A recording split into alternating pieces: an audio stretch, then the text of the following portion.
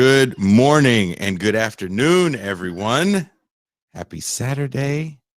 Welcome to, if you watch the Majority Report Friday, welcome to Jean Bajlan's This is Revolution.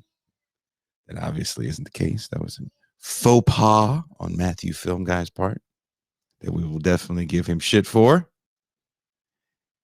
So let me bring in my co-host, my homie, my dog, the co-host of the Jason Miles, This is Revolution podcast.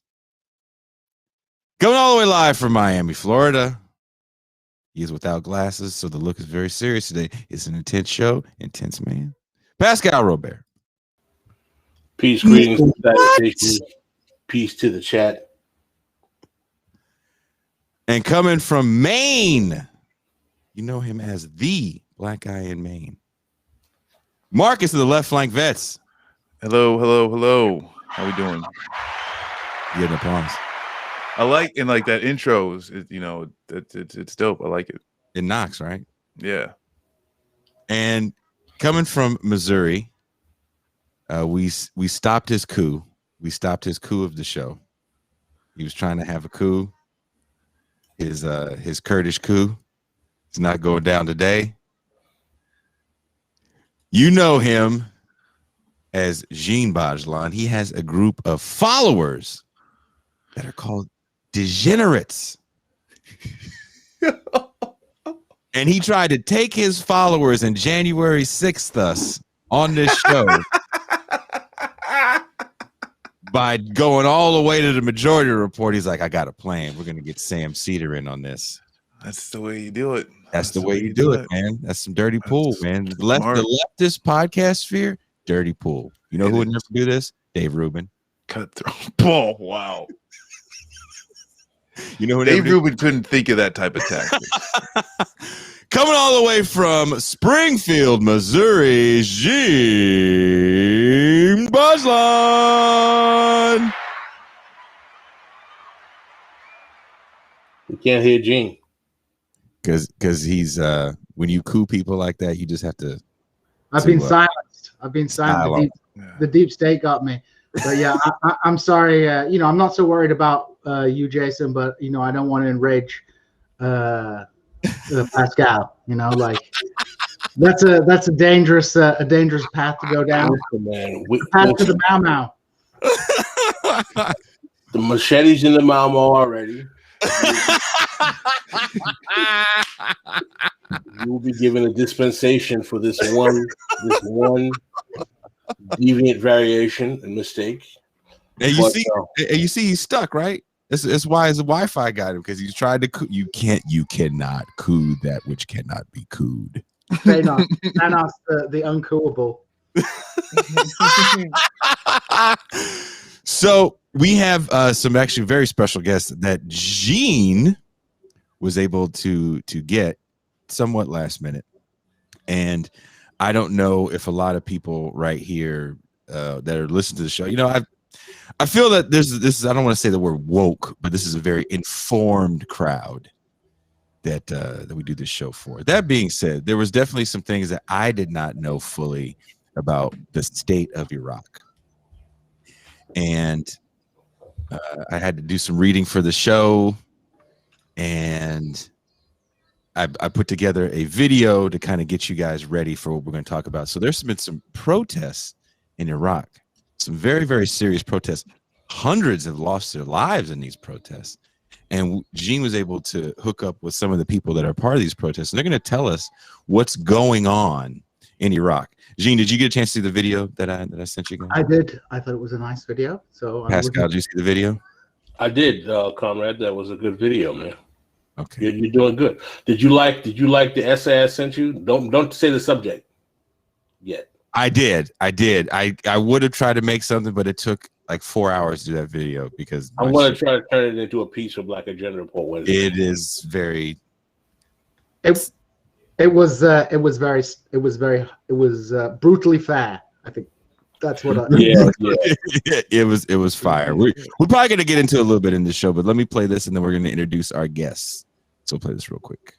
Can you guys hear it? Today I've come to speak to you about the end of the war in Iraq. Ugh. Over the last few months, the final work of leaving Iraq has been done. Dozens of bases, American names that house thousands of American troops, have been closed down or turned over to the Iraqis. Thousands of tons of equipment have been packed up and shipped out. Tomorrow, the colors of the United States forces arrive. The American-led invasion of Iraq in 2003 has proven to be one of the defining events of the early 21st century.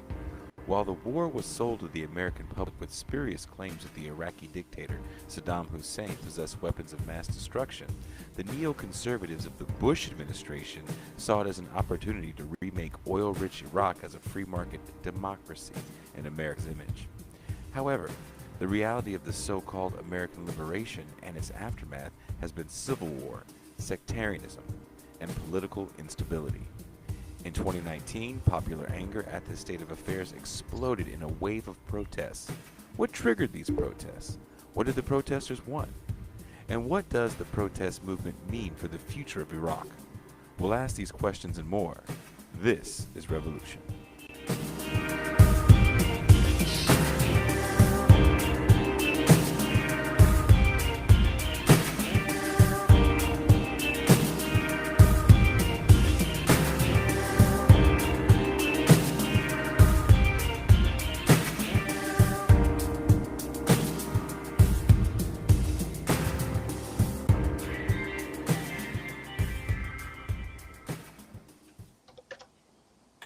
All right. So welcome to there she goes. So welcome to all of our guests. Well, one more. They're just switching browsers left and right out there. Alfredo, can you hear us? Yes, I can hear you. Oh, did the deep state get him? We're good. So we'll start with Yasser. Yasser, can you introduce yourself to the crowd today? Hi, everyone. My name is Yasser Makki. I'm a dentist and also co-founder and CEO of Moja organization, which is like NGO, consists of many young people that interest in the public affairs and the freedom of speech and the human rights and establishing democracy socially. We are basically in Najaf. Najaf is a holy city that is represent the capital of the Muslim Shia around the world. So it has the effect, the religion and the political effect all over Iraq because of the presentation of Al-Marja'iyya, which is like religious leadership for the Shia, Muslim Shia around the world. So it's like related to the political decision making mainly, and it affects all over Iraq. So we are like a small of liberals, young liberals and secular people want to like fight the hatred, the sectarianism, the ignorance, all the social disease from like 2011 till now. We started this organization when we was in the university, and we expand our work, our initiatives, our projects in Basra, Baghdad, even Mosul, many other Iraqi cities. And it's like this small organization. I don't want to call it like organization or NGO. It's like almost community. Community from representing the young generation in Iraq, which is more secular, more liberal, want to have a good relationship with the world, less and away from the social disease, away from the extremism, away from the especially religion extremism, and other social diseases. So it's like represent the new generation. We as Moja here, as the NGO, and also many of other young groups, young volunteer groups, works mainly on very sensitive topics like the topics that I already talked about, like democracy, because the Iraqi community is after 2003, after the American invasion, it's like suddenly shocked by the new situation, because the Iraqi people are under the dictatorship for like more than 30 years, 40 years, and now it is new situation. So it took like more than 7 years, 8 years, maybe 10 years to rebuild the civil society.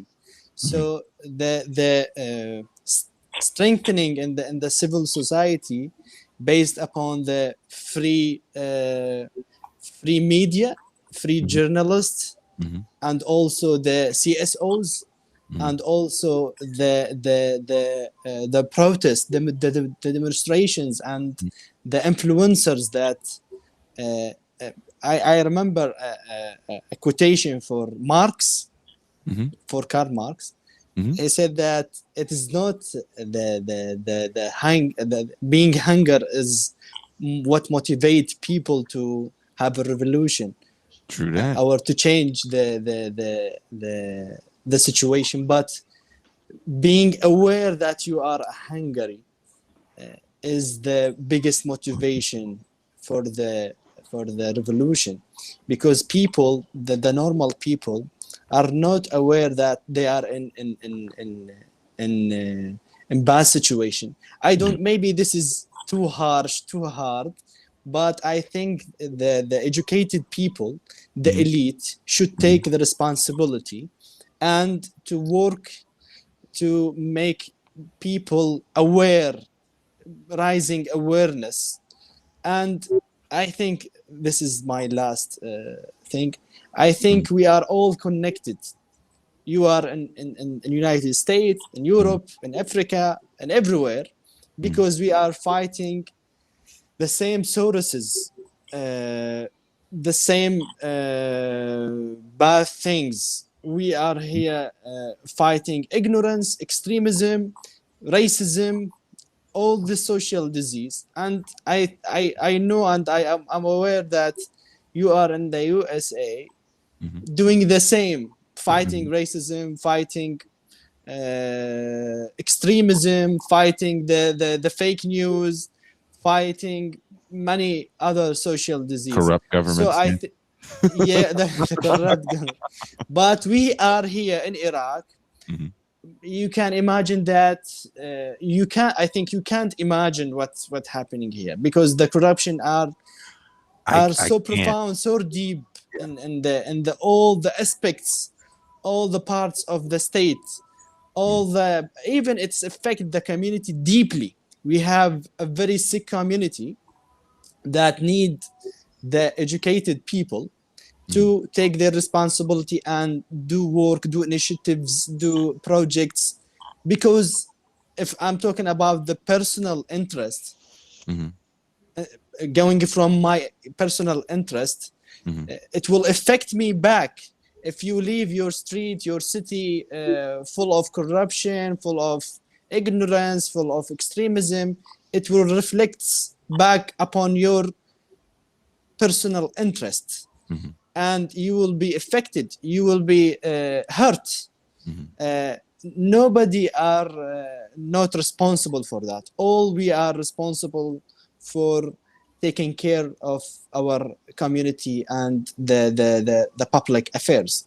Sorry for talking too long. No problem. Let's introduce the other guest though. Schluwa, would you briefly introduce yourself, and then we can get to sort of questions and discussion? Yes, sure. Yes, my name is Schluwa.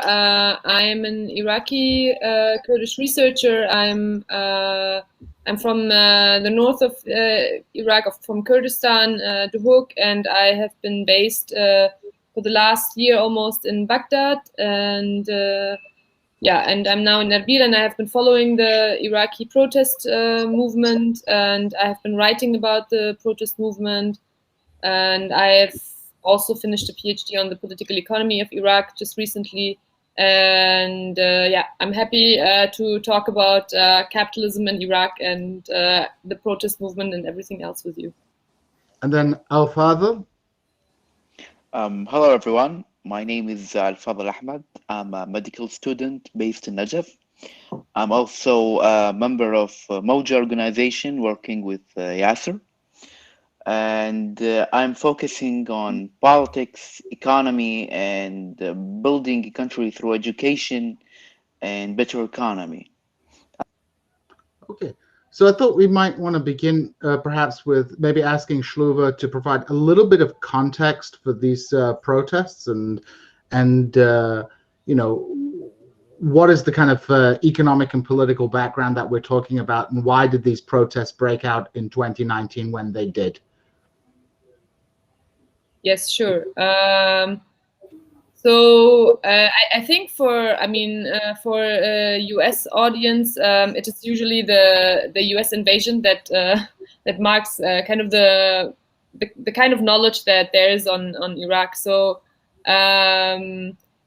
to just quickly, briefly go before that also, before the U.S. invasion, Iraq was a country held under the Ba'athist dictatorship, and if we look at it economically, it is important to know that the Ba'athist dictatorship, that they had called themselves something like Arab socialists, but in reality, if you look at the economy back then, it was already very. You already had a broad social hierarchies, and you had a crony capitalist system that was implemented. And can you hear me all? Okay. And what you can maybe say, one thing was that you had food. You had a system where basically food imports made up 2/3. 2/3 of Iraq's food came from outside, while before that Iraq was mostly self-sufficient in that. Just to have this in mind when you think about the system also before the U.S. invasion. And then what is important to say is that after the U.S. invasion and the occupation of Iraq,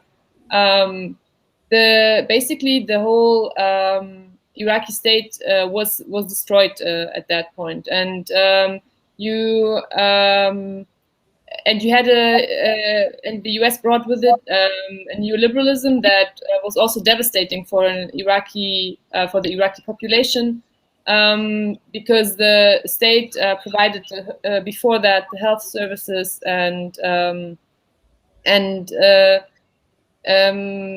it's important to know that this was destroyed, that the electricity system was partly destroyed.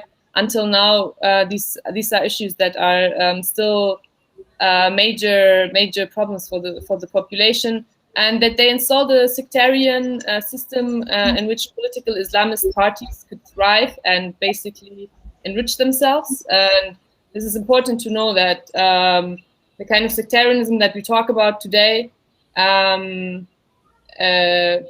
which I don't know if the audience, maybe to explain that they, for example, installed a system where you have a Kurd as the president, you have a Sunni person who is the parliament's president, and you have the Shia person who is the prime minister. So this is just one example to make it short here, and as a way that the US thought, okay, this is how Iraqi society works. There are the Kurds, the Sunnis, and the Shia, and they had no clue about that it's a society that is not based only on these kind of ethnic or religious characteristics. So yeah, so this is important to know that also what we deal with now and later on, even the development of ISIS, I would say that this is something that can be traced back to also this the invasion and the politics that came after that. I think it is important also to know that if we talk with the, civil society activists now and many others, we can talk about this later, but the protest movement that you saw in 2019, which is called the Iraqi October Uprising, it did not start then. It started, the protests started much earlier, from 2011 on, I would say, and they strengthened afterwards. So this kind of civil society, if you may call it, that developed then, it has also, civil society has been influenced very much by a kind of, let's say, soft governance approach that where the US, on the one hand, you have this kind of military, the hard power, if you want to call it, the military and all the security firms and all of this. But then on the other hand, you have also all the NGOs that come in, and this kind of soft power where you bring, you want to bring democracy to the people, and you assume that they don't know nothing about this. And these kind of workshops, they bring with it very neoliberal vocabulary, neoliberal mindset. And I think it's important to know that, that even though that there had been this kind of introduction of these kind of workshops where you try to build people for democracy, and basically it's about building an elite, and then who will become your partners, and then in that way exploit the country's oil resources. This is an important factor to do that. But it is important to know that then Iraqis also on the ground that have tried to use this kind of vocabulary of democracy and good governance and all for themselves as well. So sometimes in the leftists in the West might think, okay, what does this liberal talk about democracy and good governance and all that? But inside Iraq, it may not mean the same thing than outside of Iraq. So sometimes you might call yourself NGO and CEO and I don't know, all of these things, but inside Iraq it might mean something different. It might mean you are 5 friends and you have built your NGOs and you are trying to reach a goal or to do something. So this kind of, I'm just asking the audience, also people, leftists, activists, and all in the West to consider this and be flexible and trying to understand how these things are different in Iraq. I mean, how this might mean something different also for people inside. Not always, but most of the time. So yes, I think there's a lot to say, and I can go on. Don't you worry. Yeah. We have questions for you. Pascal looks like he has something he wants to say. Yeah, Schluwa, assalamu alaikum, kayfa halka.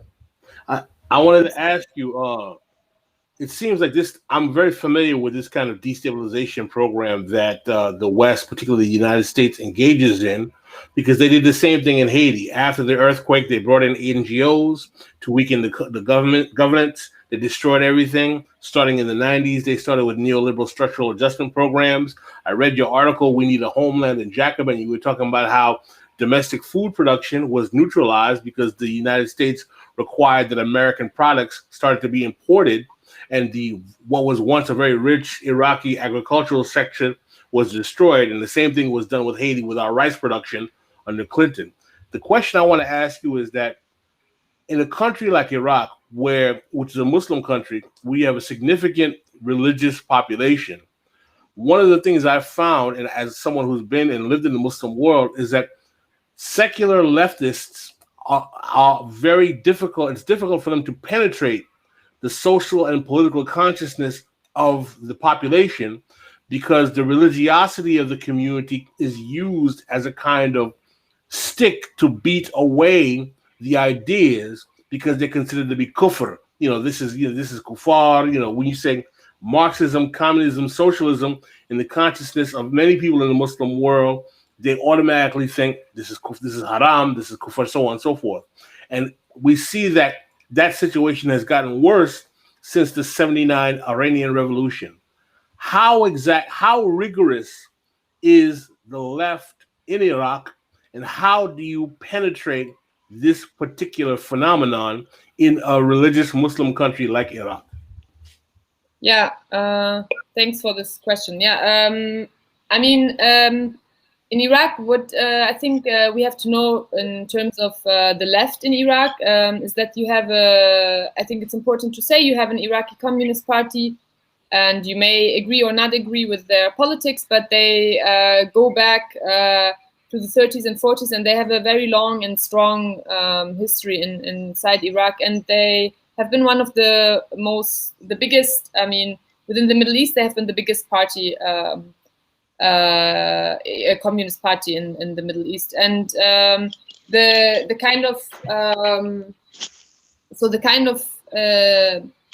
most Iraqis are familiar also with this kind of the kind of economic vocabulary and all of the Iraqi that mostly the Iraqi Communist Party spread throughout the decades. I mean, they have been suppressed, and today I would say they don't play a large role anymore because they are very little minority.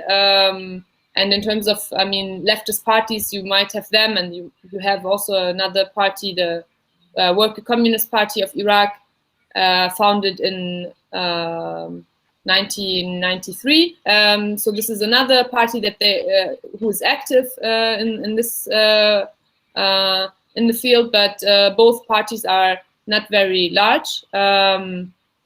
But I would say that it is important to know that one of the, in terms of secularism and how you talk about socialism and all these things in a country where Islam and religion plays an important role, is that most of the ruling elite in Iraq have been using Islam since 2003 as a way to legitimize their own rule. So it is a very political, a political Islam that is that people have been calling them, thieves, and they have actually accused them of, using religion for their tools. So what has happened and what has emerged throughout the protest movements, since 2011 and 2015 and the following years, is a young generation that is very alienated from this kind of Islamist political discourse, and they have already identified how they are using kind of religion in a way that serves only their benefits. So the younger generation is much more willing to push against this kind of political Islam of the parties, but also social conservatism that you may find within society. The Iraqi protest movement in terms of women's participation and women's rights, and also the pushing back against certain conservative norms. You can see that it has changed something. It is definitely a social revolution. If people want to say that it's not a political revolution, it is definitely a social revolution, and it has manifested that this idea of secularism. Maybe people don't want to call it secularism, but they are calling, for being against political Islamist parties, and this is a term that people are using, that they are going against these kind of thieves. So I think in Iraq there's a very, there's a huge ground for these young people to go against that. And unfortunately, I think in the international media you only see something when it's related to whatever Islamic terrorism that is happening. But the great thing about this protest movement and about the uprising is also that it's very secular in the way that it's expressing itself, and that it's actually going against sectarianism, and that you have many different kinds of communities who are part of it. I mean, you have also different religious minorities who show their support, and they are mainly going against any kind of religious speeches or anything like that. People are trying to push against this being something that has space in the revolution or in the uprising itself. So I hope that answers the question a little bit. Definitely.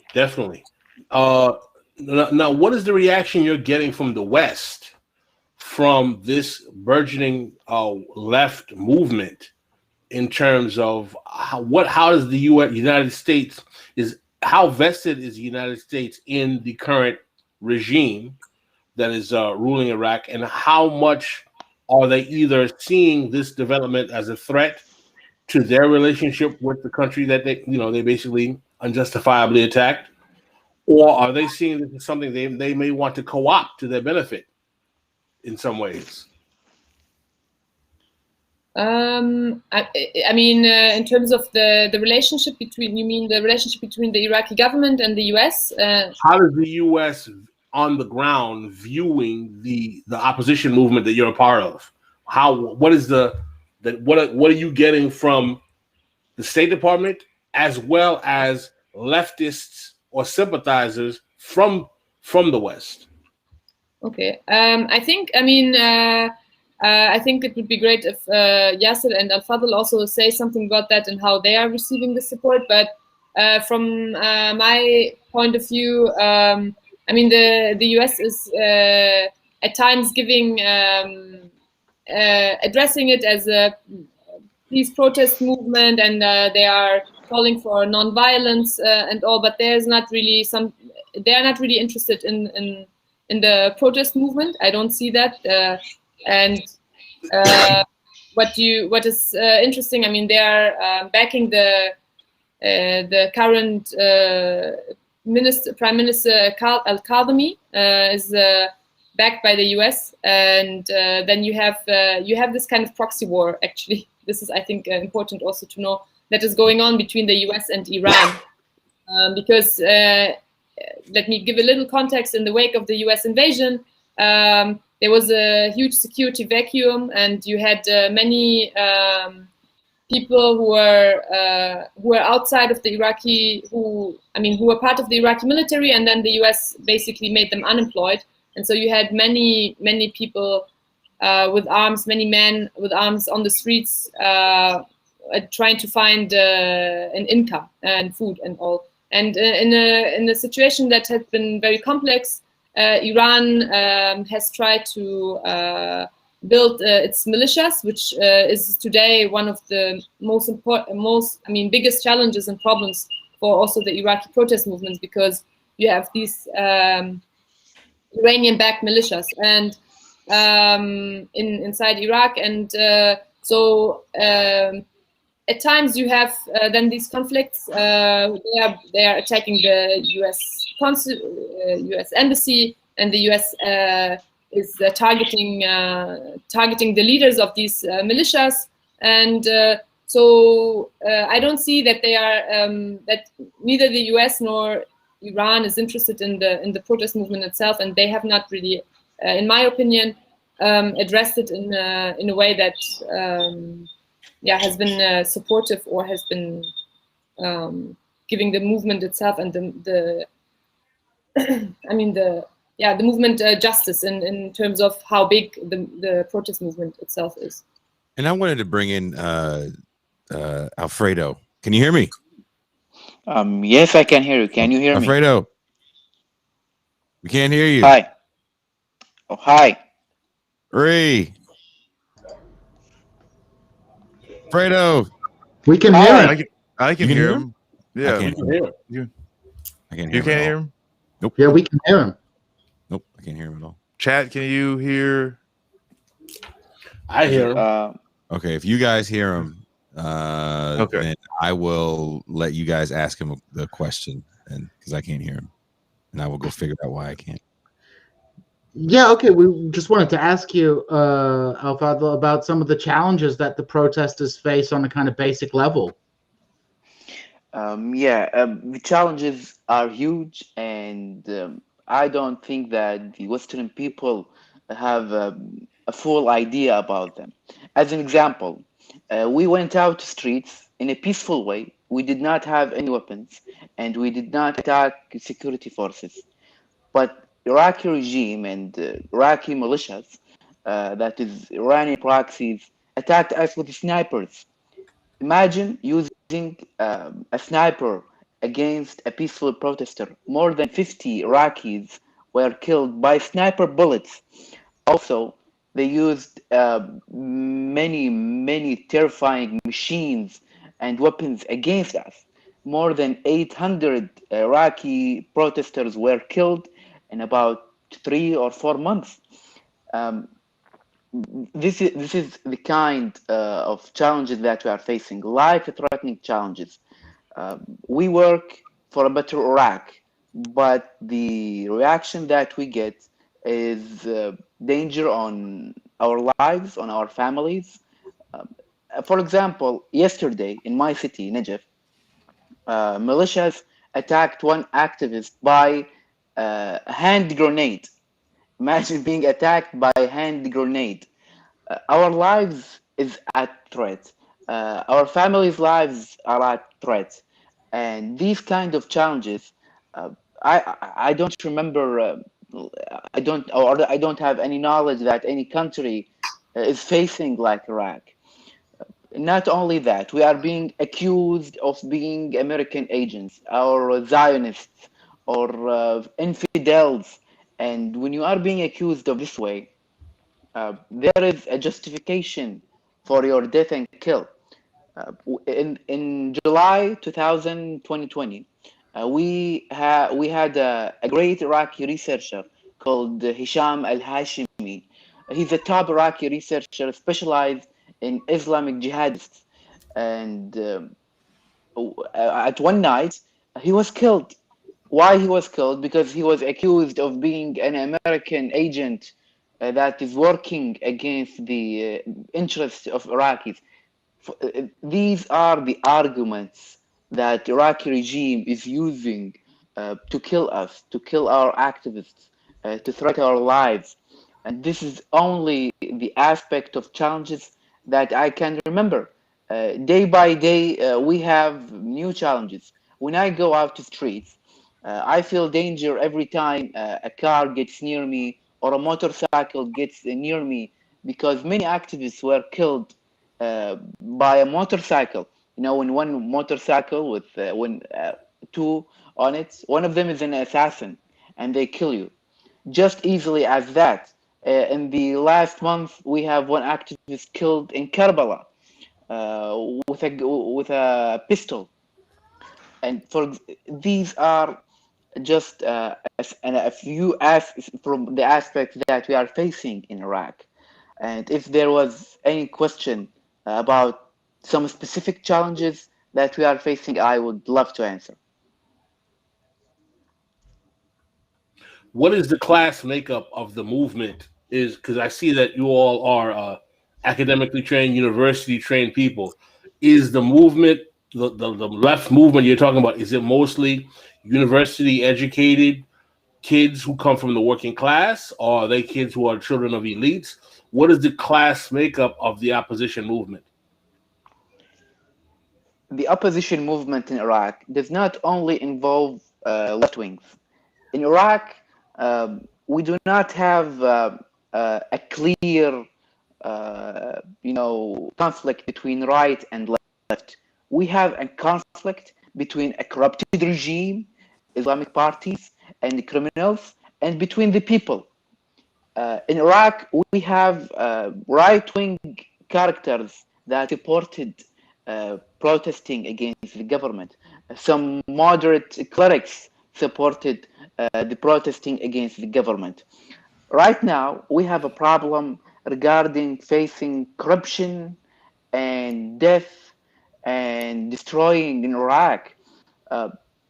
Regarding the Iraqi left movement, yes, there are some academics, students.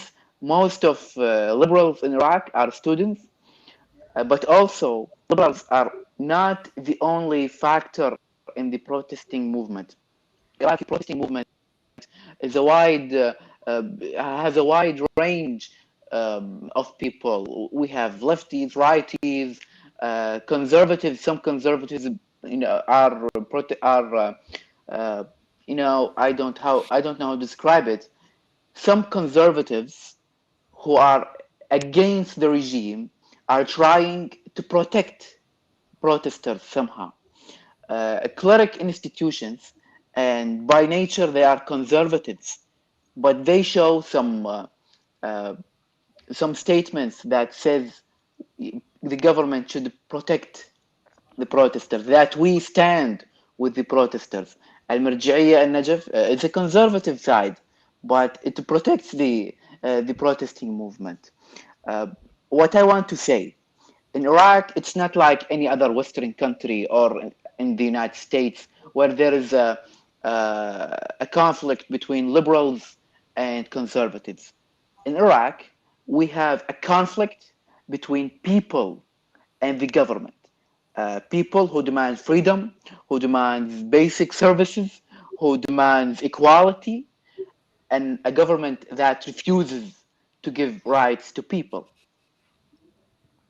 May So I let me add something?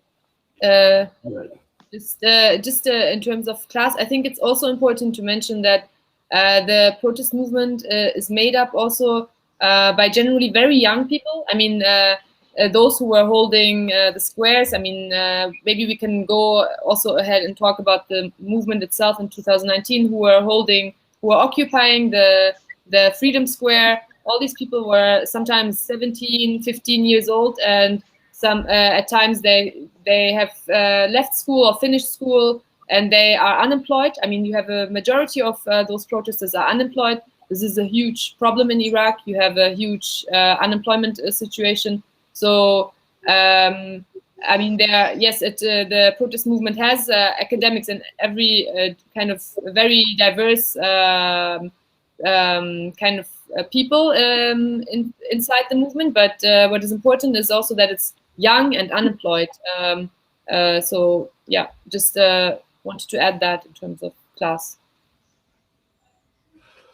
Do you find that the demands of the population are rooted mostly in material concerns, lack of electricity, lack of food stability, lack of job, lack of employment?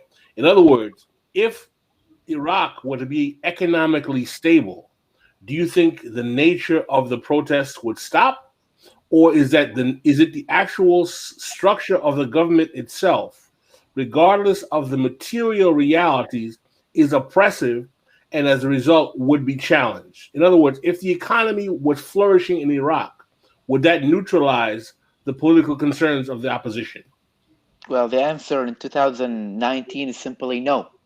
People, you must know in Iraq, Iraqi civil movement started protesting since 2011, and new waves of protesting happened between 2011, 2013, 2016, 2018, 2019, and 2021.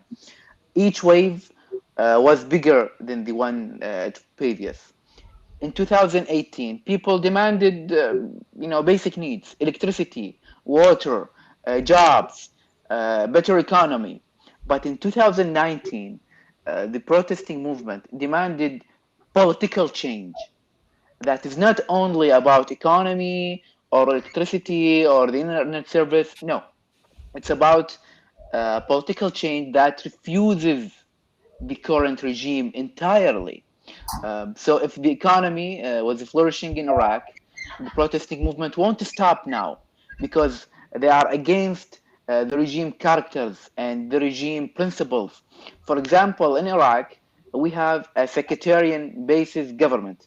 In other words, the prime minister is for Shia, the president of the republic is for Kurds, the president of the parliament is for Sunni, and minorities like Christians, Turkmens, Assyrians don't have a place on the table, don't have a place on the table equaling to their size. In 2019, protest movement demanded ending the entire regime, ending sectarian bases, ending injustice that is going on between Iraqis. For the first time, we have in growing protesting movement that wants to have some liberal goals that is not only about economy, it's about life itself. Yasser, could I ask you a question about sectarianism? Because we've talked a lot about sectarianism in Iraq, and I think people are aware of there's Sunni, there's Shia, you also have Kurds and other religious minorities. Could you talk a little bit about what it is like? What does this mean on a daily basis? How does sectarianism affect people's lives? Not just in terms of violence, but in terms of access to resources. Why are people angry at sectarianism?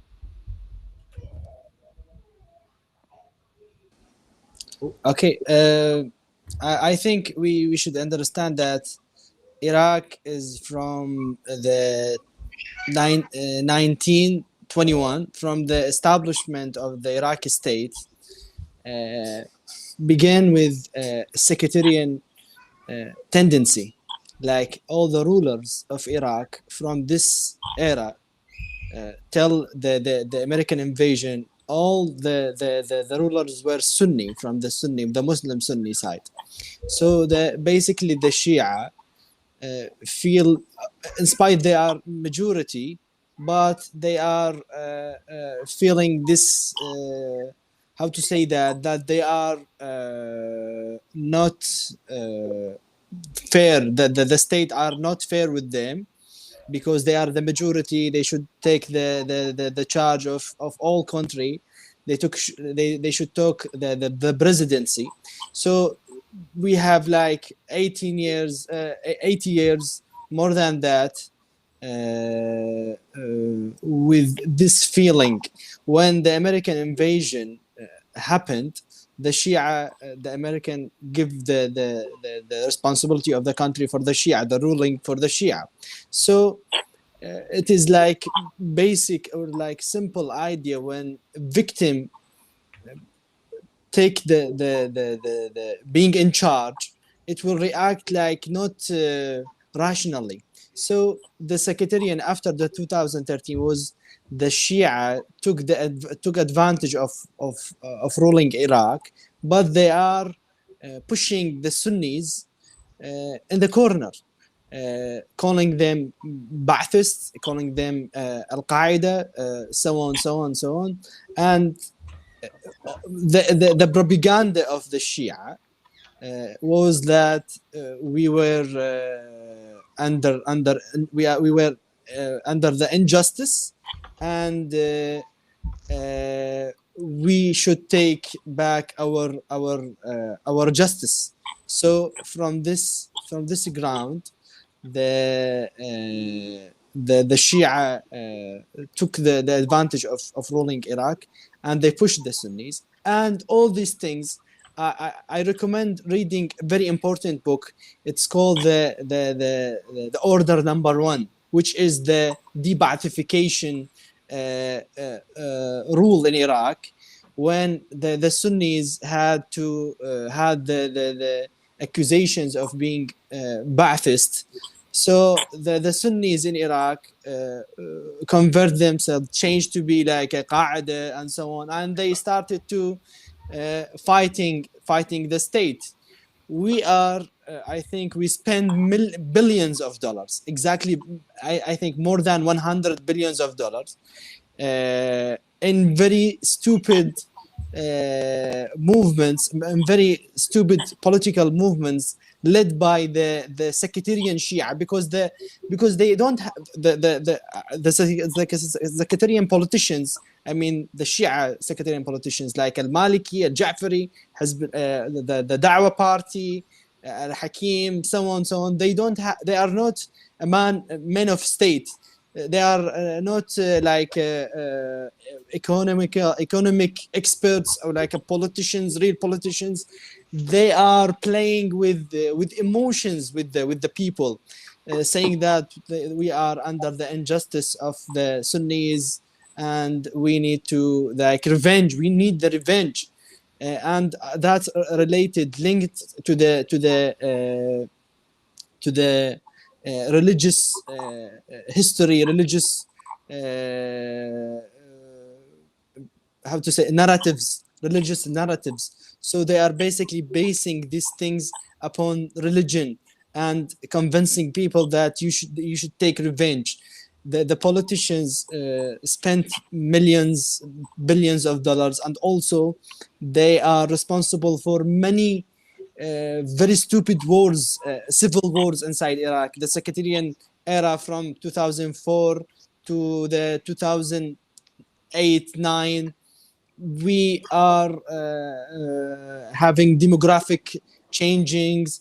We spent billions of dollars. All that because they don't have programs, state programs, like how to manage the health system, the educational system, the defense system. All these things, they don't have any idea about that. They are basically putting their political propaganda upon revenge. So and the people are reacting with them, because people, especially the Shia majority, are reacting with them because they are the Shia protectors, because they are the religious protectors, and we don't want Saddam to come back. We don't want the Sunnis to come back. So in this era, because Iraq, I think you talked about if Iraq flourishing with good economic status, but we have the mismanagement, spending billions in very stupid ways.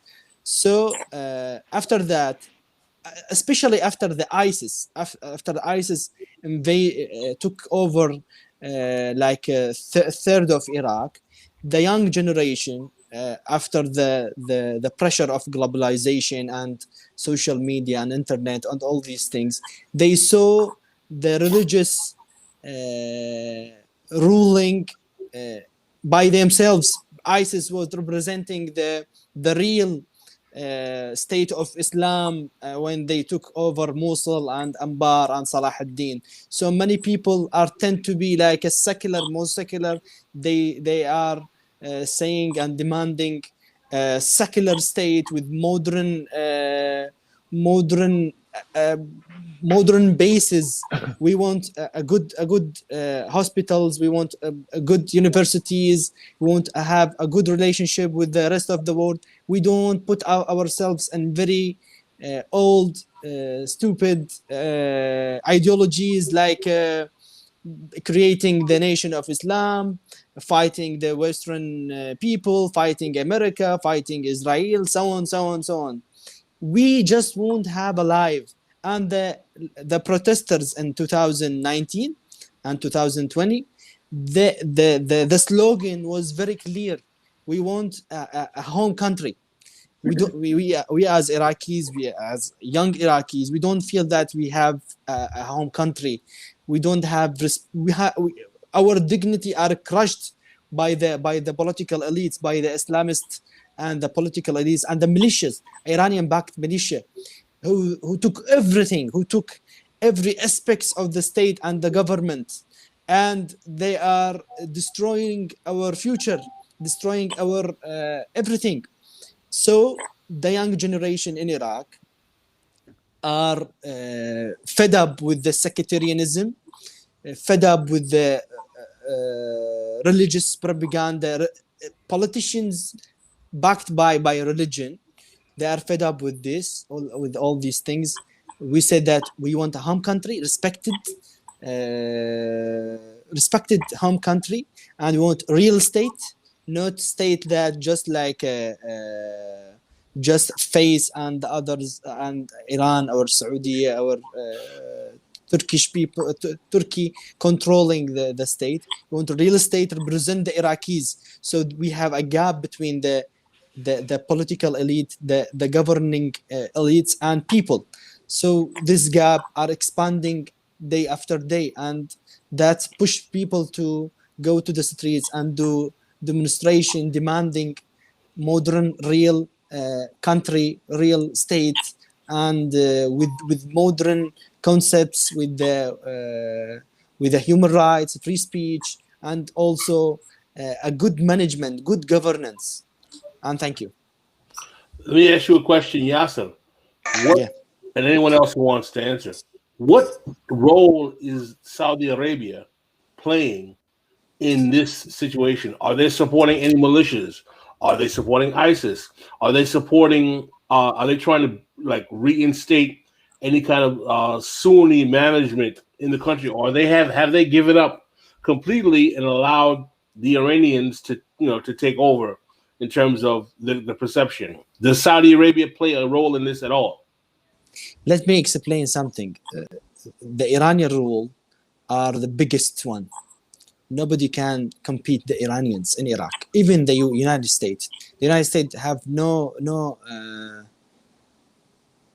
Are you hearing me? Yes. Okay. The Iranians are taking many of they have the influence, they have everything, but the Saudians they have a very bad rule in the sectarian years in Iraq. They were supporting the Al-Qaeda. They were supporting the sectarian politicians in Iraq. They were feeding the sectarian, the Sunni sectarian politicians with money, with everything. But I think the Saudi Arabia are changing its strategy, changing its policies, especially in the last years, in the last 3 years with Iraq. They want like to build a good relationship with Iraqis, especially on the economic side, on the sports side, many other things. But the Iranian still sticking in the same position, sticking in the same situation. They are supporting their men, which they are very corrupted. Their militias very corrupted. They are supporting them with the last breath. They said those are our men and we won't let them go.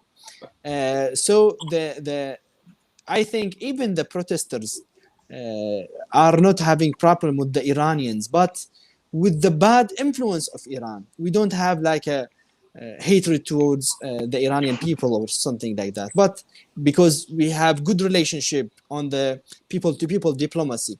But on the political side, the Iranian support the militias, which they are making the situation day after day very bad. But if you compare between the Saudis and the Iranians also, of course, they have the biggest role in Iraq.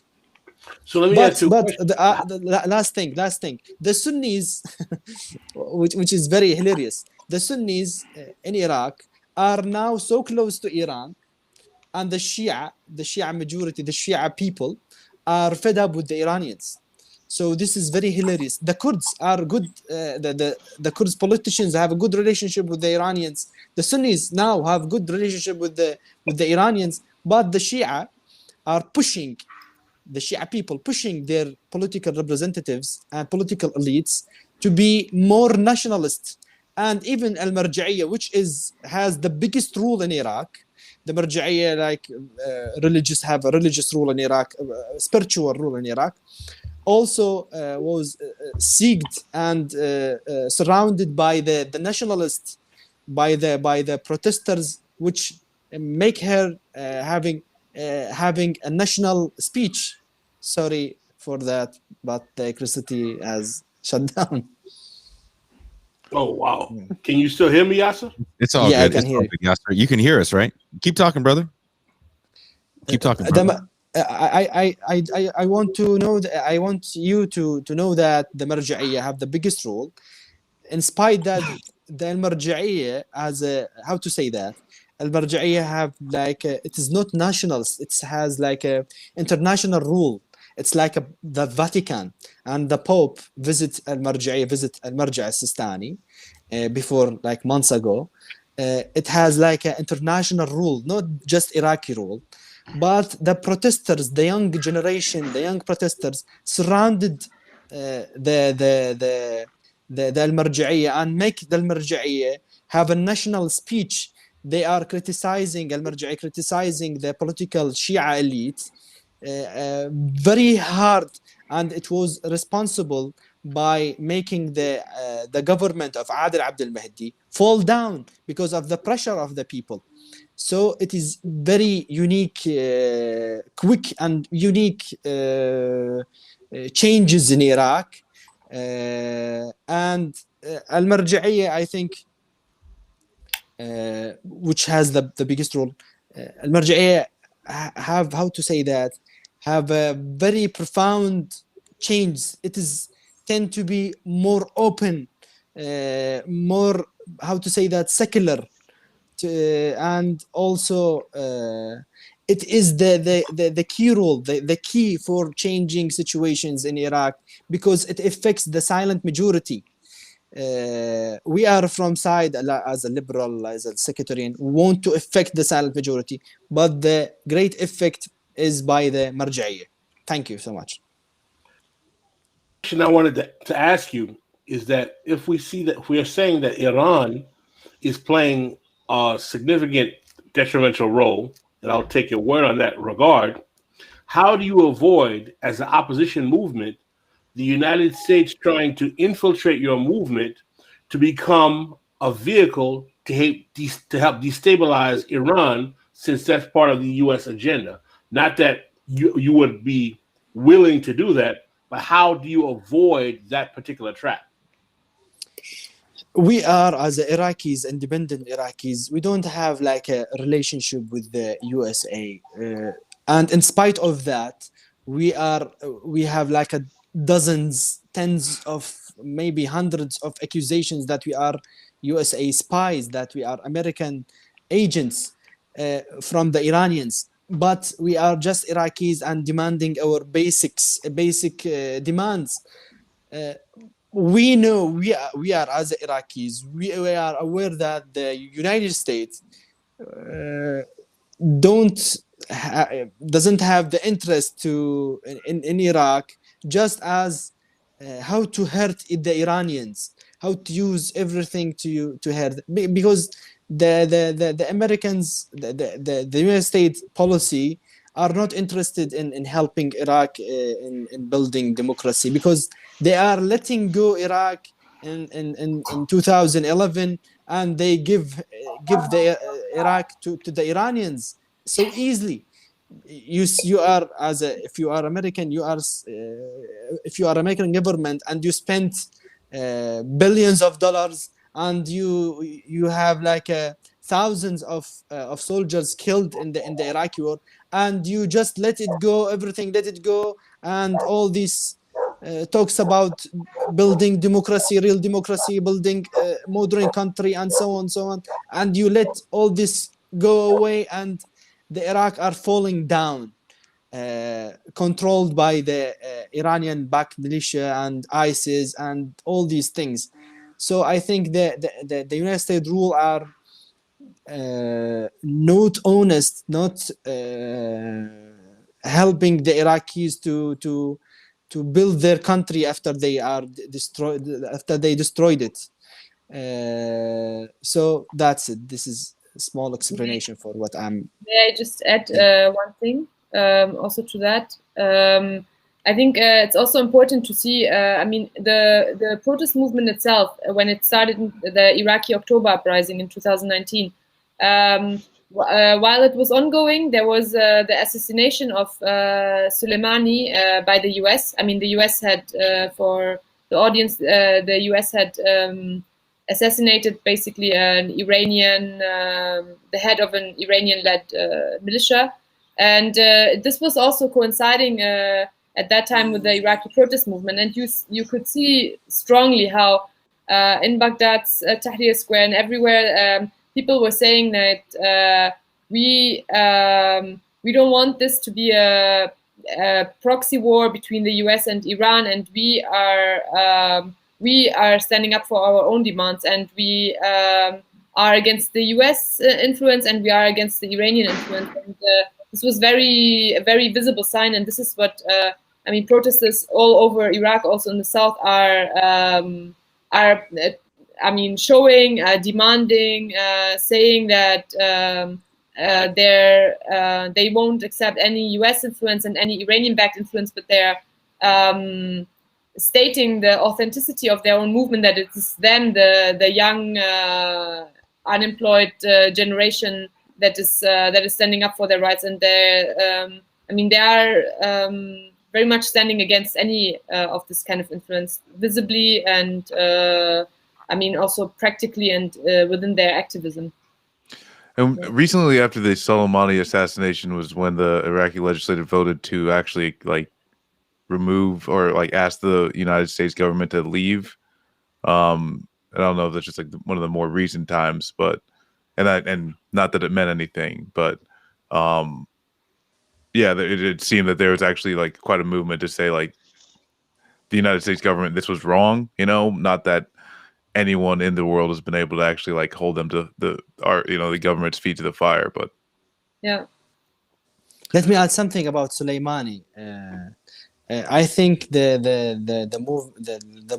American move that goes to assassination of Soleimani and Abu Mahdi al-Muhandis, it has very bad effect over the Iraqi protesters, because it's changed the track from a conflict between people and the corrupted political elites and militias to like Iranian American war. So the protesters, because they are against the militias and the political elites, so they are now, all of them are Americans, and they are supporting this move, and they are against Al-Hashd al-Sha'bi and Islam and Abu Mahdi al-Muhandis and so on. So it's changed the track of conflict from being just an attack from the people towards the political elite and the militias to fighting back by counter attack from the militias, especially towards the protesters, accusing them that they are spies and they are working for the interest of the United States. And this is make all the things are very not clear, and it hurts the essence of the protest. And if Fadil, if how it's like some of these other issues with the movement, like I guess how do you work with? You had mentioned that there's different I guess groups that are motivated to just fight against the government, that possibly I guess probably past successful maybe getting changes from these governments. How do you see yourselves working with these other groups now, and then into the future, hopefully past some successful movements? Yes, simply there is a mutual goal. We all want better lives. We all want our dignity back. We all want this corrupted regime to be held responsible for the crimes and actions he committed. Let me explain something. In Iraq, we have armed groups and we have non-armed groups. As simple as that. We work with the non-armed groups, those who believe in the idea of a state, those who are not beneficial from having militias outside the control of the government. We worked with Al-Marja'iyya because we understood the effect that Al-Marja'iyya has. Iraqi civil movement cooperated against this regime. We cooperated with some non-armed parties inside the parliament. We don't have a problem in cooperating with conservatives or non-liberal people, but we have a problem in cooperating with armed groups. We do not cooperate with them. We only work with those who believe in laws, who believe in the state, who believes in the authority of the government above any authority, who believes in democracy, who believes in elections, who believes that Iraq needs a change. There is no problem in working with those guys. We work in harmony with each other.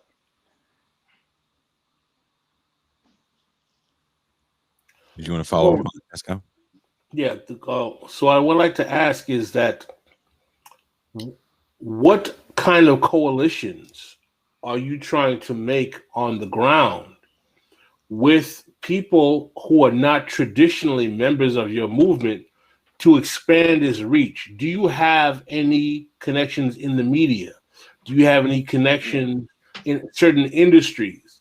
Are there people in certain work sectors? Do they have unions in Iraq? In Iraq, is there any type of organized civil society outside of the government and the NGOs that you can reach out to create coalitions to challenge the political status quo?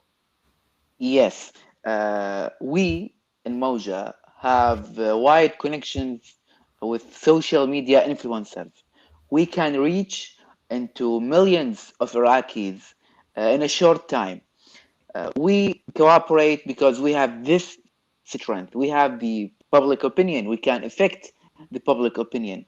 For example, when we cooperated with Al-Marja'iyya, some protesters see that Al-Marja'iyya protected this regime and funded this regime somehow.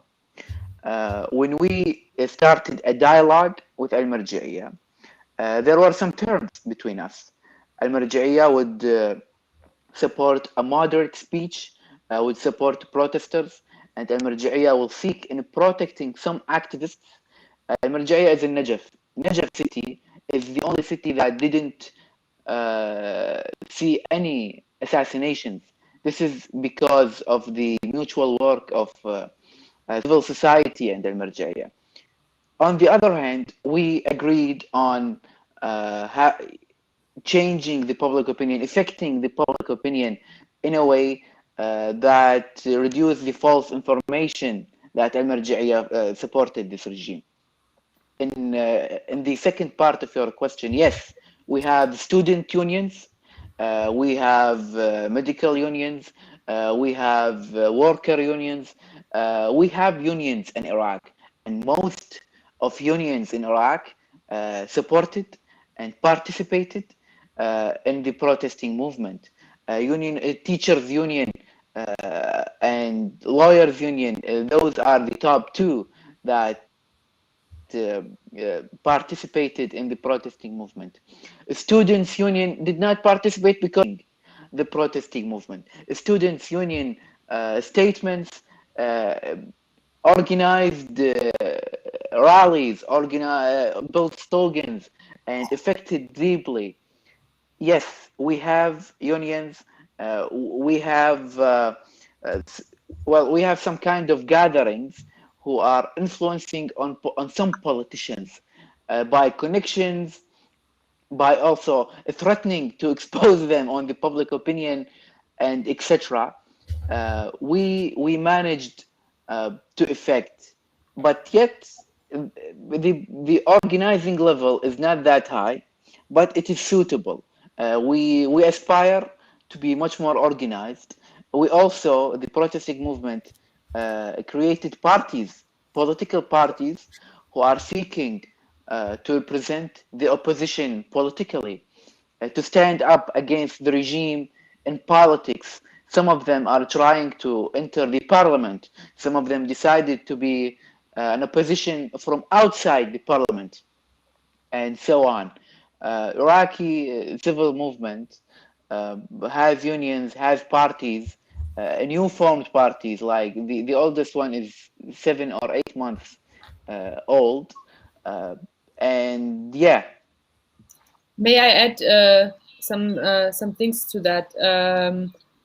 In terms of unions, I think it's also important to know, especially for the US audience, that actually labor unions, in the way that we know that who were fight for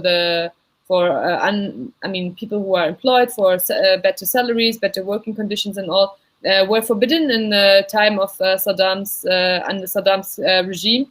And then when with the US invasion, it's very ironic that so many of the laws were,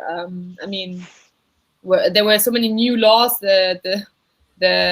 Paul Bremer, who was head of this coalition provision CPA, I think the coalition provisional government, this 1 year long occupation government, let's say, did not get rid of this law. So labor unions are legally still forbidden in that sense. The kind of unions that we have now are basically,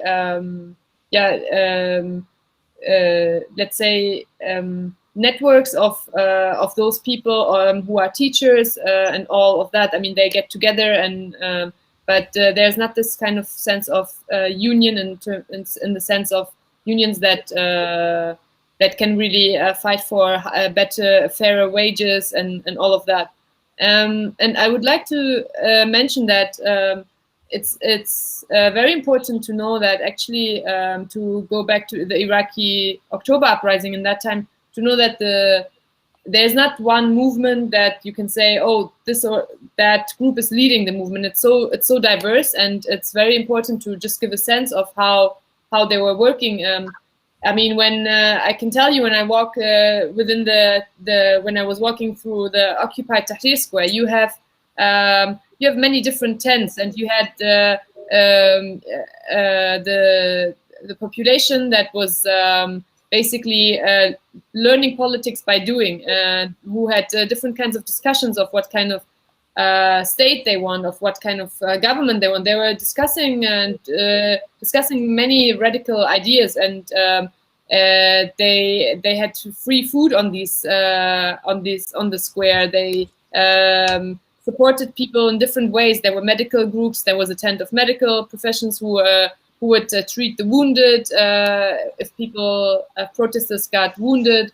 I mean, just to know that how it looked like, and how big that was, and how amazing something like this is for a country that had been oppressed for so long. I mean, you had almost a year of an occupied square, and there's a huge and important building. It's called the Turkish restaurant, which was an empty building. I mean, very symbolic and of the way that Iraq was governed, because it was just left there, and nobody cared for it. And the protesters, they built electricity in there. They provided internet services, and they were saying, look, if the government cannot provide us with all of this for the last, I don't know what, 20, 30 years, we are actually able to do this by ourselves. And that was very amazing and very powerful to see, and also for people themselves, of what kind of power they themselves have. And I mean,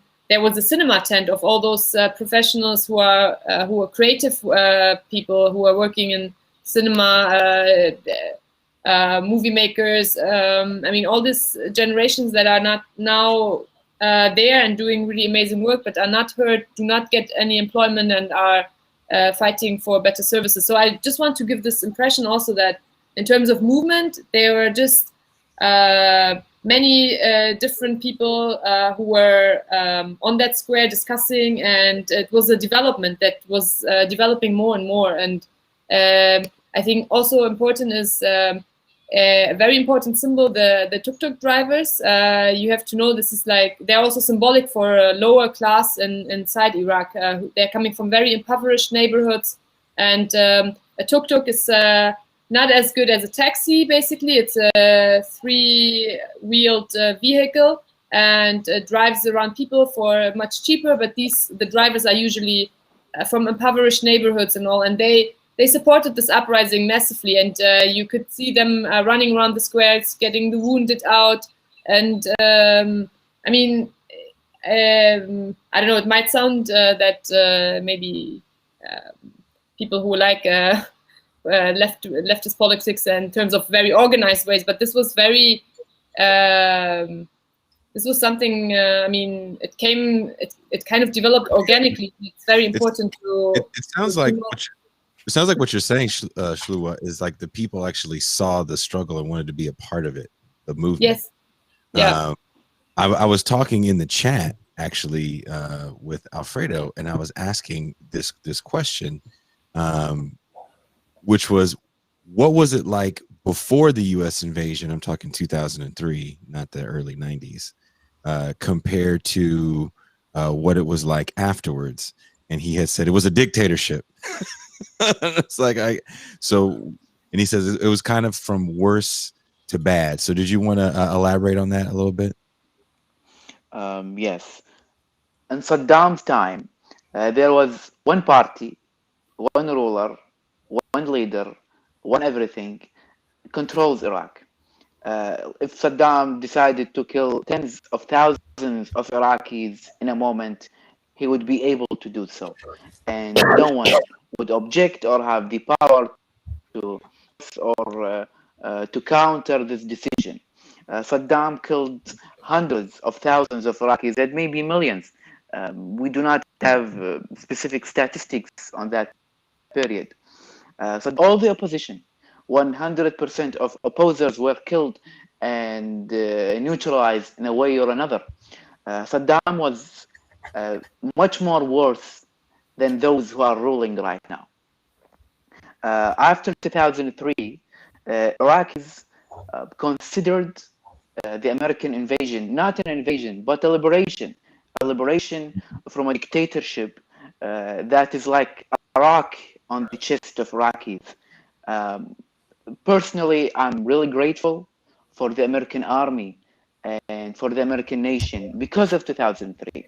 But the American government gave the ruling to, well, how I describe it, Saddam, but in another names.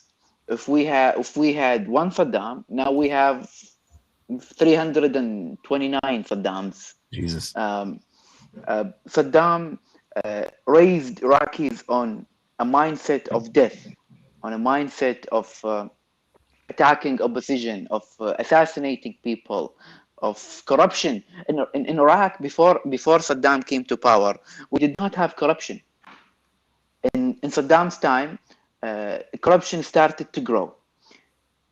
And after 2003, even Saddam was changed, but the mindset of Saddam was still ruling. The mindset of assassinating, the mindset of terrorism, the mindset of corruption that Saddam started continued. Well, I always say that Saddam died, but it went into other souls, because even if they were the ruling party right now, they describe themselves as anti-Saddam, while the same actions that Saddam did, they did. What I can say in a brief, if before Saddam we had 100% dictatorship, today we have 50% dictatorship. We have an area that we can work, that we can spread our ideas, that we can educate people right now. And if danger is always there. But if it was Saddam's time, if it was a Ba'ath party time, we would not have any ability at all. Yeah, I want to address a comment that you made, Alfredo, about you want to thank the United States. I got to step in here because, number one, Saddam was a creation of the West in the first place. He was used, particularly in his war with Iran, as a bulwark to shut down the Iranian Revolution. Number two, the U.S. sanctions against Saddam after the original Gulf War killed over 1 million Iraqi people alone in Yes, Iraq. Pascal, I'm speaking about 2003 emotions. Yes, the U.S. government committed many crimes against Iraq. That is something I know and I admit. But regarding removing Saddam from power, this alone was a good thing. And regarding that, the Western Can't you say that brought, what Saddam became in 2003 is a direct consequence of what America had been doing to Saddam since 1991?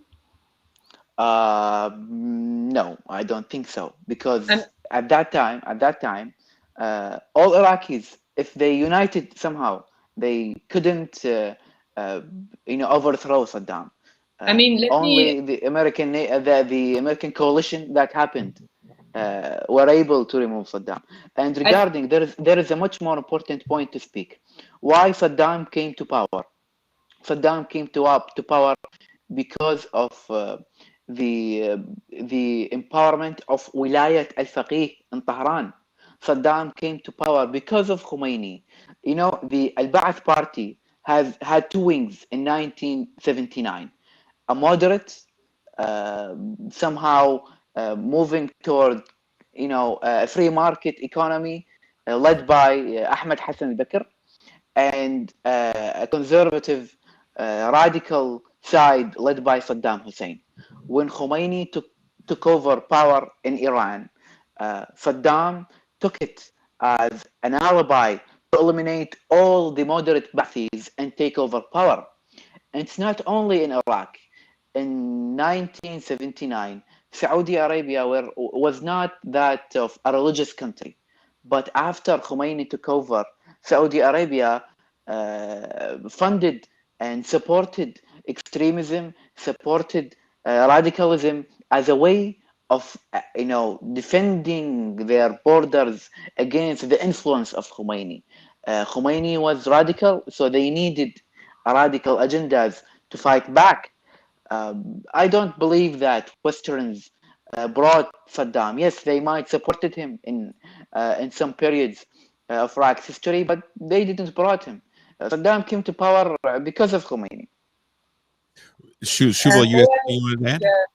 I think I would like to disagree with Al-Fadl that the people of Iraq could not bring Saddam down by themselves. I think there were various attempts also by different kinds of movements, different kinds of peoples in Iraq to bring Saddam down. And I think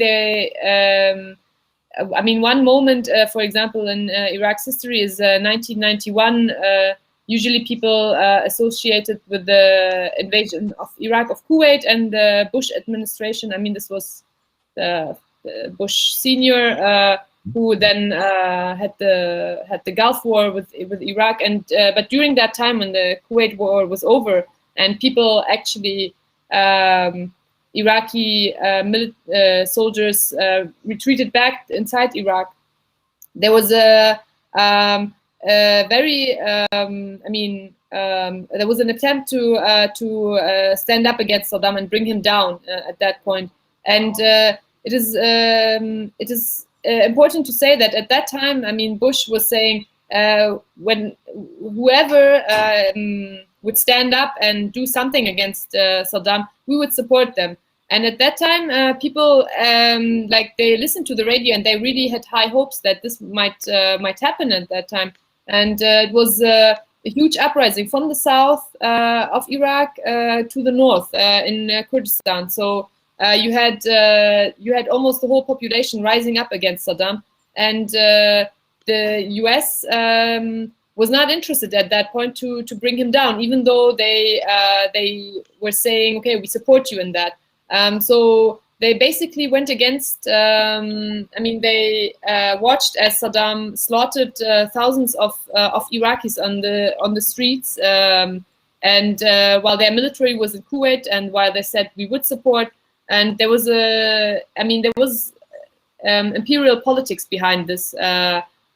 So that time wasn't right for them, and they used Saddam also as something against Iran. So I would say that when the U.S. removed Saddam Hussein, there were many people inside Iraq who were happy about Saddam finally falling. I mean, I'm one of them. But I mean, everybody also that the US is doing this for their own interest of oil, and so it was. There are also many who were saying, who I know within my family and within different communities, who were saying that we know that that now the US has entered to exploit our oil resources, and there was like a sad but also happy. How do you say this? A happy eye and a sad eye in terms of like, okay, we removed this dictator who has killed so many of us and who is supported partly by the US, and I believe that they helped him into power also. So yeah, I would like to. I'd like to get Jean's take on this. This is kind of your area, a bit of expertise, Jean. I can't hear you. Can you guys hear Jean? The sound is off, Jean. Oh, okay. Yeah, I mean, I would reflect from my own family experiences. There was, one of the things I would say about the invasion of Iraq and what isn't appreciated is that at least during the early phases, there was not much resistance to the American invasion except from the state. It was only once the American occupation and the absolutely disastrous policies of the coalition provisional government, Bremer, and then the subsequent set of gangsters that sort of came to power. And I've heard Iraqis say this, numerous times, before 2003, there was one Saddam. Now we have 100 different little Saddams who, they operate in the same way.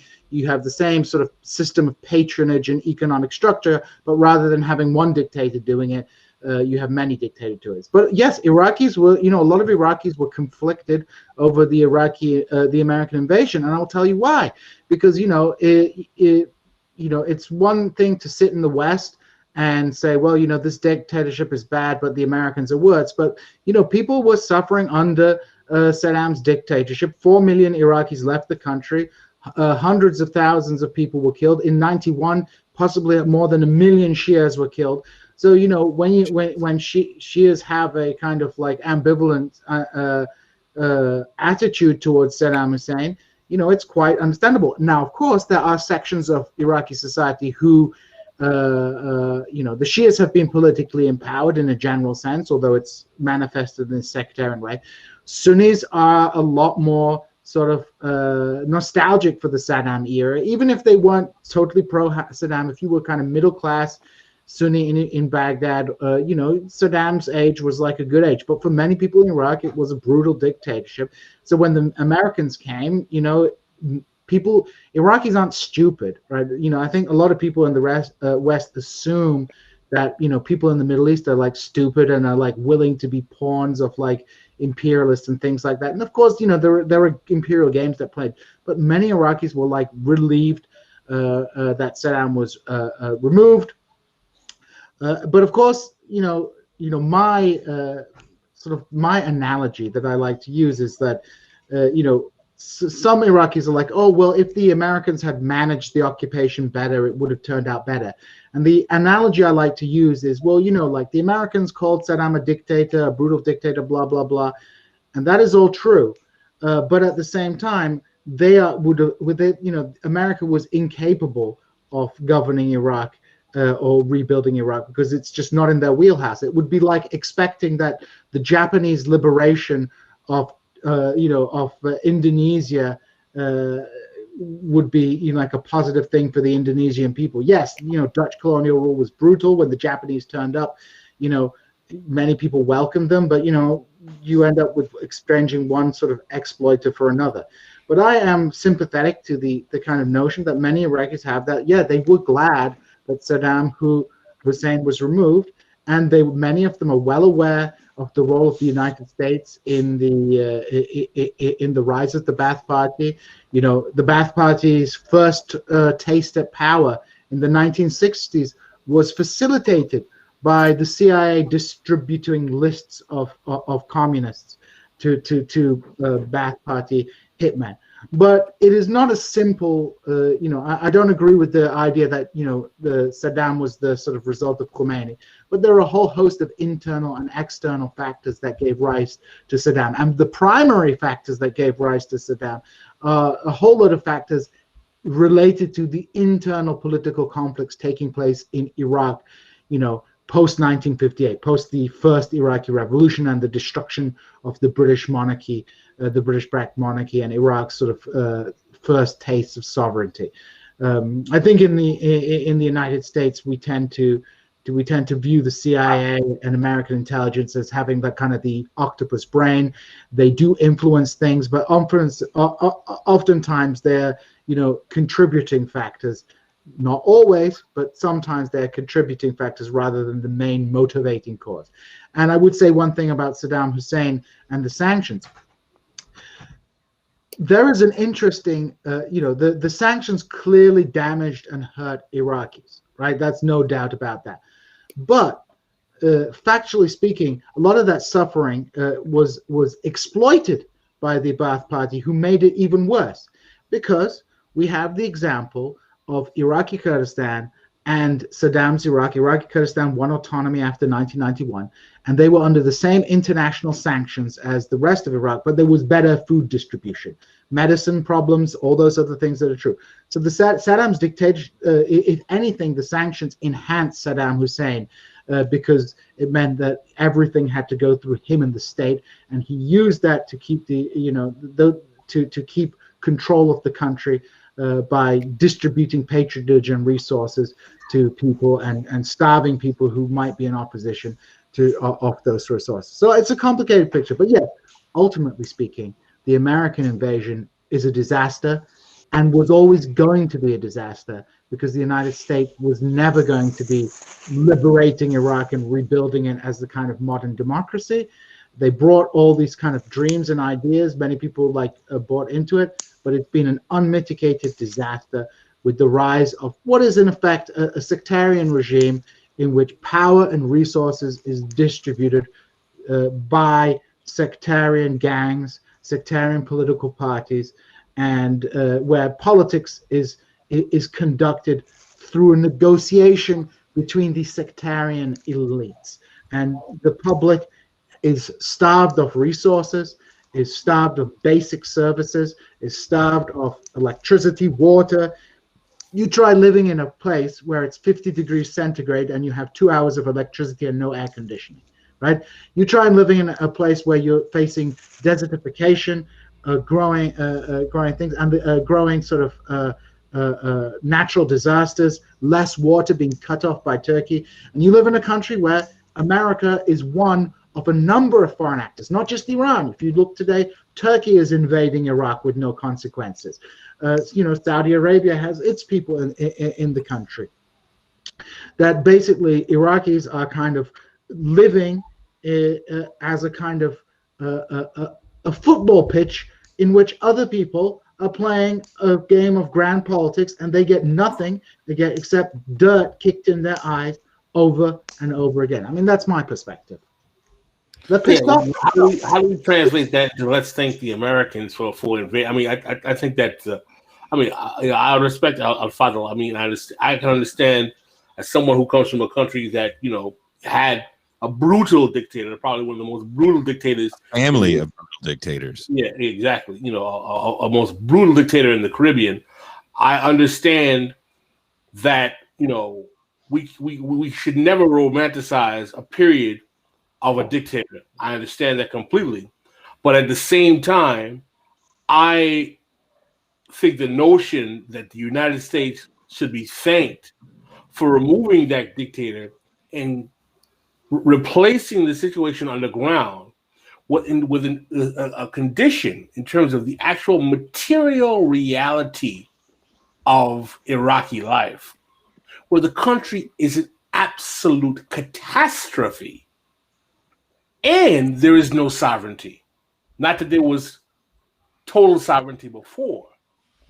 I think that thanking the Americans for anything when you are an oppositional force is not a prudent particular posture to take. when you're trying to challenge. And I'm not trying to lecture you on how to fight your struggle. I don't have the right to do that. You are risking your lives. I understand that, but thinking the power of these Yankee pigs is not a good look. Right? I think you're overdoing the thanking part. Well, thank you, Pascal. If you put it this way, then I totally agree with you. But in my mindset, I read a statement for Donald Trump since a while. He says that removing Saddam was a bad thing. That he also mentioned Gaddafi, but Gaddafi in Libya, so I don't know him. He mentioned that if we kept Saddam, then everything will be just fine. And this is why I decided to speak against this idea. I told you that Americans committed the crimes. They didn't know how to handle Iraq, but the one single action of removing Saddam from power, it must be described as a good thing for Iraqis, because it is a good thing for Iraqis. I'm not speaking what happened in 2004, 2005, and what followed, or before 2003. I'm speaking about only 2003, and I have a belief that Americans might think that removal of Saddam was a bad thing, and I want to correct this idea. It was a good thing. I don't say. Well, I'm not going to say. Okay, listen, I don't have the right to tell you what to feel. I don't have the right to tell you about what you believe about your country. I'm saying that it was not a good thing or was a bad thing. It was something the Americans did they thought that it was that they thought was to their advantage. And I think that the one reality is that the situation under Saddam was probably horrible, but I don't believe the situation now is better. I think the situation now is more complicated than it was under Saddam, and that Saddam's reign of terror at least created clarity in the minds of the Iraqi people, when now you have a factionalization that causes more confusion in the consciousness of the people because there are more factions that need to be fought. Well, let me ask this question. Do you think you'd be able to protest like this during the Saddam dictatorship? In Saddam's time, we had a saying as Iraqis, walls have ears. In Saddam Hussein, there were 1 million intelligent agents. So you don't know if the agent was your wife, was your sister, was your son. We had cases where father wrote on his son that he was against the regime. In times of Saddam, no, we did not have the ability to protest or demand or to show any discomfort toward the government. We did not. We consider this as a luxury. Actually, no one can speak. There are no media. There are no press. There are no social media. There are no internet. We did not have internet, and there are no TV channels. We had only 2 or 3 TV channels. All of them are owned by the government, and one of them was podcasting Saddam's speeches for like 10 or 12 hours a day. So we did not have the ability to protest. What are your thoughts, Schluwa? Sorry, I didn't. Jean asked you, what did you think about that? I was like, what are your thoughts on the understanding of the American invasion, and sort of more broadly about sort of protests in Iraq and how Saddam is remembered? I mean, honestly, I think people now. I mean, it is the era of Saddam is kind of something that is that many young people, especially those who are part of the protest movement, is not something that is there and that people are still struggling over. But I mean, let me say from within my circles in my family, and we are like, I mean, there's a lot of times people are saying, oh, at least in Saddam you had a rule of law and something, and things are getting are much worse now. You had at least somebody would steal something, at least there was a strict law against this. I mean, so I don't think that people really think that this time of Saddam was better. But I think it speaks to the situation now. It's something that the kind of connection or that kind of memory that we use to see that our situation has gotten so much worse, or the kind of situation now is really bad. But I think within the protest movement, the topic's not, Saddam is not anymore something that immediately we would talk about, but it's more like, okay, this generation that has been living in the post-Saddam, post-US invasion era, and they're facing different issues. So I feel that Saddam and this legacy is not something that is discussed or of immediate concern at the moment. This is yeah. I'd like to interject here because I want to say that, first of all, I feel a certain level of empathy with this conversation and the plight of our comrades here on the show from Iraq, because I can tell you, as a person who was a child of Haitian parents, many of which were very politically active, that the Duvalier regime, which forced my parents and many Haitians to leave the country, was a horrible, oppressive, brutal regime, killed tens of thousands of Haitians. The complete and utter chaos and devastation that Haiti has become over the last 30 years has been so absolute abhorrent in terms of the condition of the country that there is literally a strong neo-devaluerist movement in Haiti right now, to the point where the grandson of Papa Doc Duvalier is considered a serious contender for the next presidential election. Why is that? Because people say, at least we had electricity. The roads were clean. There was no crime. The schools worked. You could get a job. The country was respected. The infrastructure was much better. There was a rule of law. Everything was fine. Everything was okay. As long as and this is what they say, as long as you didn't talk about the government. Yeah, I mean, this is something similar to here. I mean, we like as a Kurdish person in Iraq, I mean, faced genocide and all, but at the now people, I mean, within my family are like, oh, at least we had all of this. At least we had electricity and rule of law, and you knew what was going to happen, and streets were clean, and the services were provided. Politically, you couldn't say anything, but yeah. So this it's very interesting how similar the situation is. But of course, this doesn't mean that Saddam's time was any better. I do have one quick question, kind of to try to pivot a little bit. I have one quick question for everybody here, real quick. Someone asked, they said that they've seen reports that things have gotten worse in the Middle East during the short time Biden's been in office. This is for Schluwa, Alfredo, and Jean. Do you think, they said things were apparently better during the Trump administration? Do you think things have gotten better, worse, stayed the same? What do you guys take on that real quick? I believe in case of Iraq, and I cannot speak for the Middle East, in case of Iraq, United States doesn't look to Iraq as Iraq. It looks to Iraq as a part of its conflict with Iran.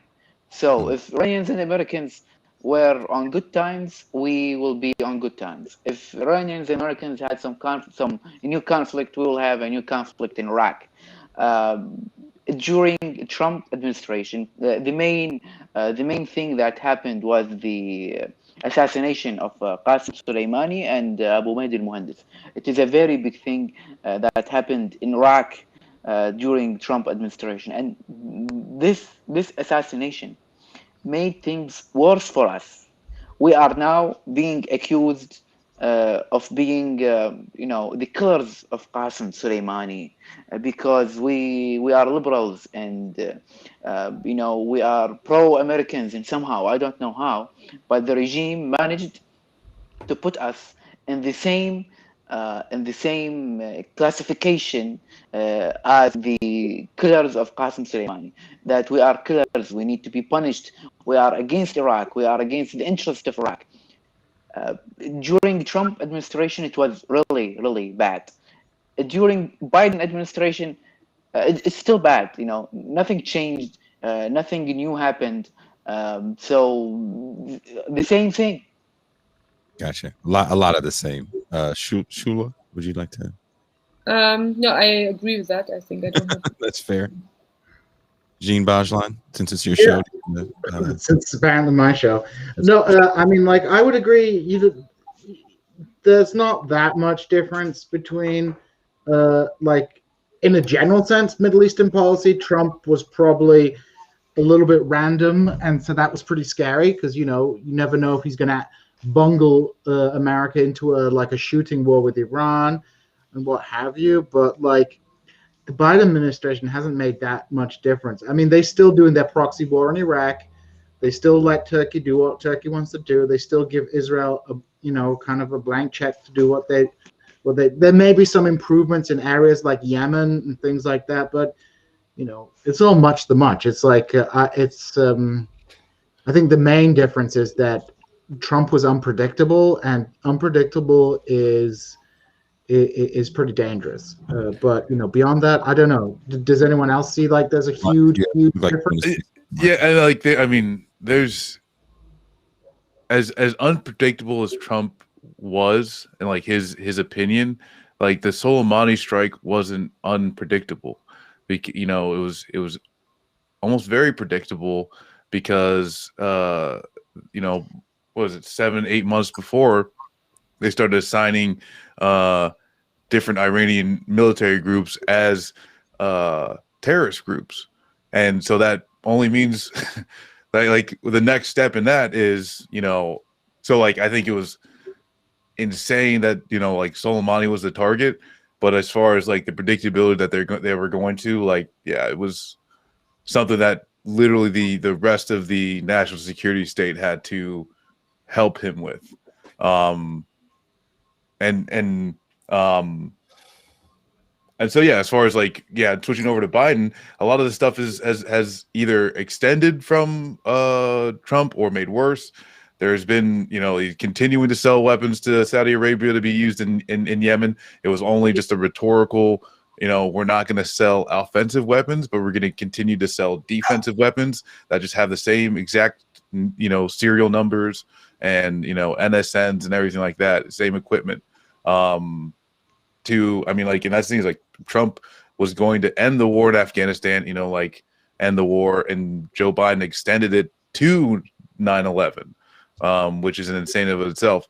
You know, not holding, you know, MBS accountable for, you know, ordering the murder of Khashoggi. That was one of the campaign promises. So, I mean, this is where too is like it's one of those Democrat Party tricks of just, you know, being a little more like rhetorically nice, and then just kind of doing the same thing. Robert? I mean, my position is that it's too early to tell whether the Biden administration is worse. You know, he's barely 5 months in. I think it could get worse. I think it's a kind of continuation of the same. He's not going to take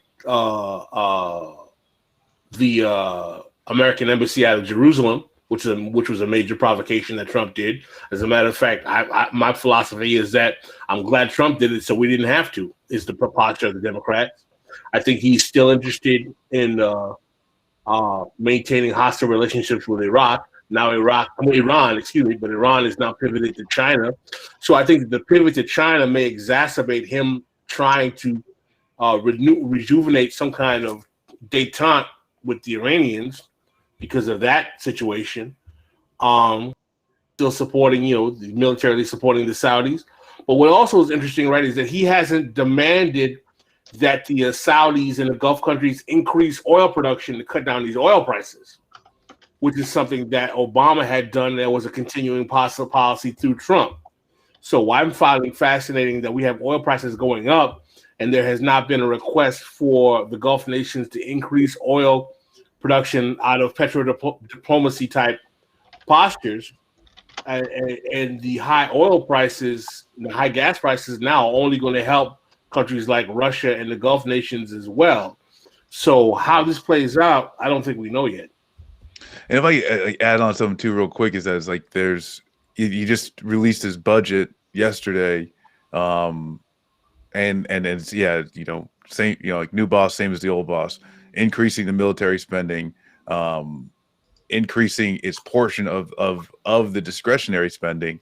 And this is in the same year where it's like, if you're ending a war, how can it increase the military budget? But I mean, this plays into the ongoing Cold War with China. Well, that's one of the things. I think that there has been a pivot. I think we've pivoted. I think the United States kind of strategy is pivoted from the Middle East and gone to China. I think the geostrategic focus on neutralizing the economic salience of China is the agenda, and kind of, I think, to kind of look at the Middle East, and now we've milked it for what we can get. Yeah. There's not, it's already destroyed and brought down to rubble, so we'll just leave it there. But we really got to find a way to neutralize China before they come in and lay this Belt and Road initiative all over the world and get that oil that we were trying to bleed Iraq for anyway. Yeah. So I think that's kind of the major the major chess move that's being made right now. Yeah. Well, and that's I mean, Iraq had the only we could even consider like advanced army that we were actually battling. The F-35, these new littoral combat ships, they went into production long after Saddam's regime, went out of power. And so even like the production of all of these, like these new weapon systems that are, costing trillions of dollars were always for either Russia or China. But at the backs, in the mindset of like you're in the midst of quote unquote full scale wars, this is just, oh, hey, we're producing these weapon systems to keep fighting, but they were always meant for large scale peer to peer warfare with either Russia or China. And on that note, it has been 2 hours, and I want to thank our guests for taking the time to talk to us today. Sadly, Yasser's power went out. That should be the perfect example to show you guys how kind of effed up it is over there in the neoliberal hellhole.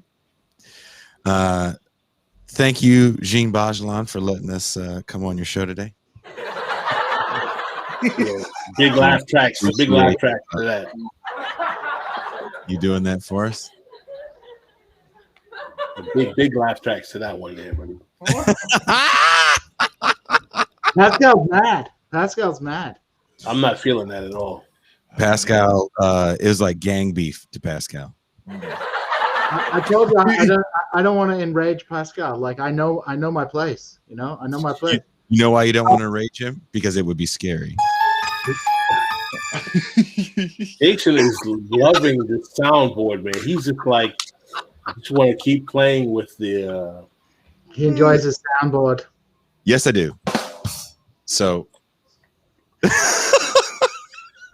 he's so proud of himself. Just wait till I start getting more samples of like people's children and all this other shit. It's game over. It is game the fuck over. So everybody in the chat, can we give a round of applause to our guests, please? Thank you guys very much for coming on. Hopefully you guys will come back. Please subscribe, like the show, share with your friends, hit the bell, become a patron. Super chats are open. All of the above. You were supposed to say that at the beginning of the show, so it's too late. I'm literally going to hang up now. You failed. Oh, you no, I did not failed. Fail. Gene's show, he should have. I should have remembered. It's Gene's show, he should have remembered, right? I'm going to be in This Is Revolution Gulag for a couple of weeks.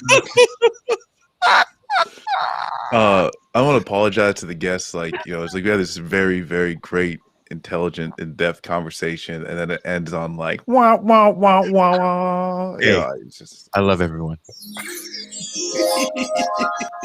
all you have to know. Jason's with his soundboard while these guys are worried about, getting taken out by the government for showing up on our show. He's like, yeah, I'm like, yeah, and don't forget to. Well, actually, yeah. If anyone comes knocking on your door and saying like, "Hey, what were you doing in this revolutionary behavior?" Just say like, "No, this is not a serious show. Just fast forward to the end. It's all just jokes and fart noises. It's fine." I made sure to not have any fart noises. What do you think this is? This is a serious Morning TV Crew show. Radio. This is serious shit. Anyway, Yeah, I think Joanna is correct. There needs to be a limit on the number of times he's allowed to use the soundboard. We'll have to send that to to management, to management, which is Pascal. Ooh. Actually, if before we wrap, I do want to ask Schluwa and Alfadel if there's like what can Americans do to support your cause?